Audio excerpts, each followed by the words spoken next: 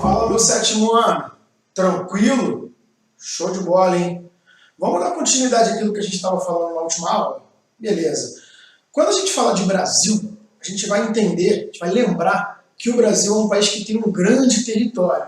E por esse motivo, temos uma variação muito grande de aspectos físicos. E esses aspectos físicos são aquelas características que vão diferenciar alguns aspectos no nosso território. Por exemplo, o relevo, a hidrografia, a vegetação, o solo e, por último e não menos importante, o clima do nosso país. E é justamente sobre o clima que eu preciso que vocês prestem atenção agora. Porque o clima ele vai ter uma grande importância não só no desenvolvimento humano, como também no desenvolvimento econômico. Então a gente precisa entender que vários são os fatores que vão influenciar no clima. Não só no clima do mundo, como também no clima do Brasil.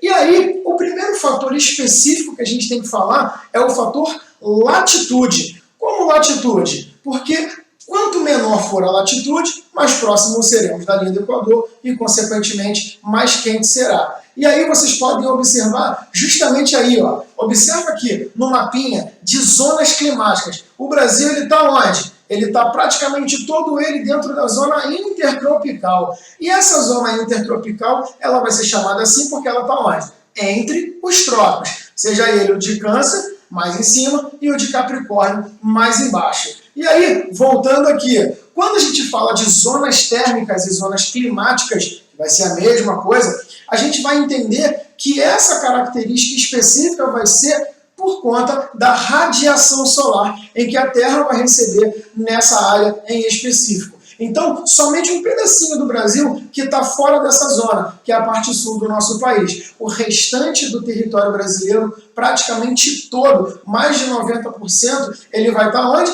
Na zona tropical. E, consequentemente, vai ter aquele calor absurdo que a gente já conhece, né? Geralmente, quando a gente vê, ó, olha o termômetro como fica, ó, mais ou menos assim, né? Tipo Bangu. Mas aí isso é uma outra condição específica.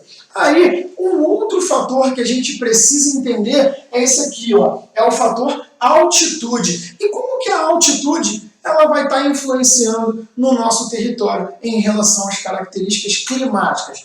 Quanto maior for a altitude, tende a ser menor a temperatura. Observa a imagem aí, ó. O que acontece? Quanto mais alto for, menor vai ser a pressão atmosférica e, consequentemente, a retenção do calor vai ser menor. Então, quanto mais próximo estivermos do nível do mar, vai ser mais quente na maioria dos casos. E aí a gente precisa entender, por exemplo, que nesse caso a altitude no nosso território brasileiro vai nos caracterizar um clima específico, que é o clima tropical de altitude. É aquele clima que tem um verão um pouco mais ameno, um inverno mais tranquilo também, um pouco mais frio, mas ainda assim, dentro do nosso território, a gente tem temperaturas bem altas, beleza? Então, seguindo aí, nós já sabemos que dentro da zona tropical o país vai ficar muito mais quente por conta da radiação solar e na questão da altitude a gente vai ter a influência também. Quanto mais alto for, tende a ser menor a temperatura. Tranquilo?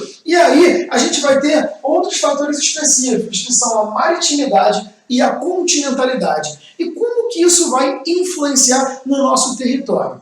Veja bem, quanto mais próximo for do mar, consequentemente, maior vai ser a umidade do ar. E essa umidade do ar, ela vai ter uma característica muito específica, que vai ser a diminuição da amplitude térmica. E a amplitude térmica nada mais é do que a diferença de temperaturas entre a máxima e a mínima. E aí a gente precisa entender justamente isso. Por que quando mais próximo do mar, menor a variação de temperatura? Porque o ar ele fica mais úmido e, consequentemente, há uma retenção maior do calor. E essa retenção maior do calor, o que ela vai fazer? Durante o dia, o ar que é mais úmido, ele vai reter o calor. E durante a noite, esse calor vai ser dissipado gradativamente. Então, em regiões de maior umidade, a gente vai ter essa característica de amplitude térmica menor. Diferente, por exemplo, da questão da continentalidade, que nós teremos um fator específico de ser um ambiente, uma atmosfera um pouco mais seca, por conta da distância do oceano, e um outro fator que vai influenciar, que por ser mais seco, nós teremos uma variação de temperatura um pouquinho maior. Quer ver um exemplo? Deserto do Saara. O deserto do Saara é muito quente durante o dia e é aquele frio congelante durante a noite. Então, a continentalidade e a maritimidade serão outros fatores que estarão influenciando diretamente na nossa característica de clima. Mas só fazendo uma observação aqui, ó, não é só a proximidade do mar que vai estar influenciando isso. Por quê? Regiões muito próximas de vegetação intensa vai ter essa característica também. Porque a vegetação, ela causa uma característica que nós conhecemos no clima como evapotranspiração. E aí o que acontece? As árvores, elas transpiram e elas evaporam água para a atmosfera. E, consequentemente, nós teremos umidade no ar da mesma forma. Um ótimo exemplo sobre isso é a vegetação amazônica, que nós temos lá uma floresta equatorial, ou seja, a floresta amazônica. E aí, um último fator dos mais importantes que a gente vai falar são as características, ó, das massas de ar. E o que são massas de ar? O que é isso? Não sei. São grandes porções de vento que se deslocam de acordo com a pressão atmosférica.